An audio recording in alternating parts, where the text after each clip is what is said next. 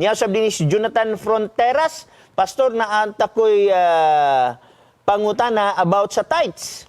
Okay? Tells ako, friend, according sa iya research, ang tithes intended lang sa mga Levites and during sa panahon ni Jesus. La daw nanguha og tithes ang mga apostles, kundili offering lang daw. Unsa ka tinuod, pastor? Okay, tinuod na igsuon. Okay? Tinuod na siya. Wa man tay mabasa nga ang tithe alang sa kangkinsa. Ang atong mabasa din ni igsuon, ang tithe alang sa gitawag nato og mga gitawag nato levita. Gani, alang gini sa ilaha. Kung imo tan-aw ng Leviticus, diha na iagi sa mga pari ba atong mga kapanahunan, okay? Atong tanaw Leviticus 27. Og ang tanan nga ikapulo sa yuta maingon man ang binhi sa yuta mausab ang bunga sa kahoy iya ni Jehova. Okay?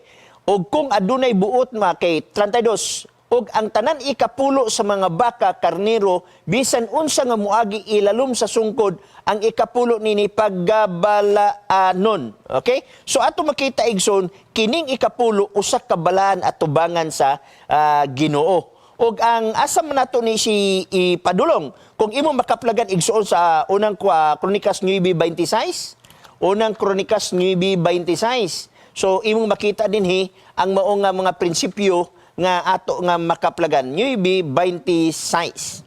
Alang sa upat ka pangulo nga mga magbalantay sa pultahan nga mga libihanon. Kana mga libihanon mo nagikan sa mga linya sa pare, no? 4 minutes na lang nabilin sa atong first portion. Mao ang katungdanan nga sinalig og tinugyan sa mga sulod og sa mga bahandi didto sa balay sa Dios. Ahadalon didto sa balay sa Dios.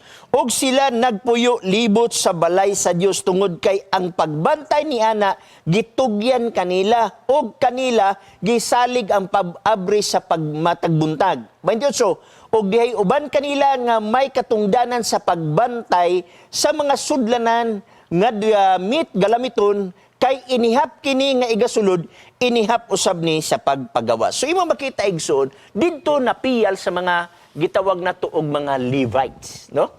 Mamagani ka ng malaki stress gist na yon, bring all thy tithes into the storehouse. Okay? Aron adunay kalanunon didto sa balay og kana nga mga punto igsoon na-address usab sa gitawag nato og mga Levites sa Old Testament o kung sa ato nga modern nga kuan igsoon, mga tawo nga nagdala sa maayong balita. Dili ang gitawag nato igsoon nga kining offering, lahi sadto ang gitawag natong offering igsoon. Bueno,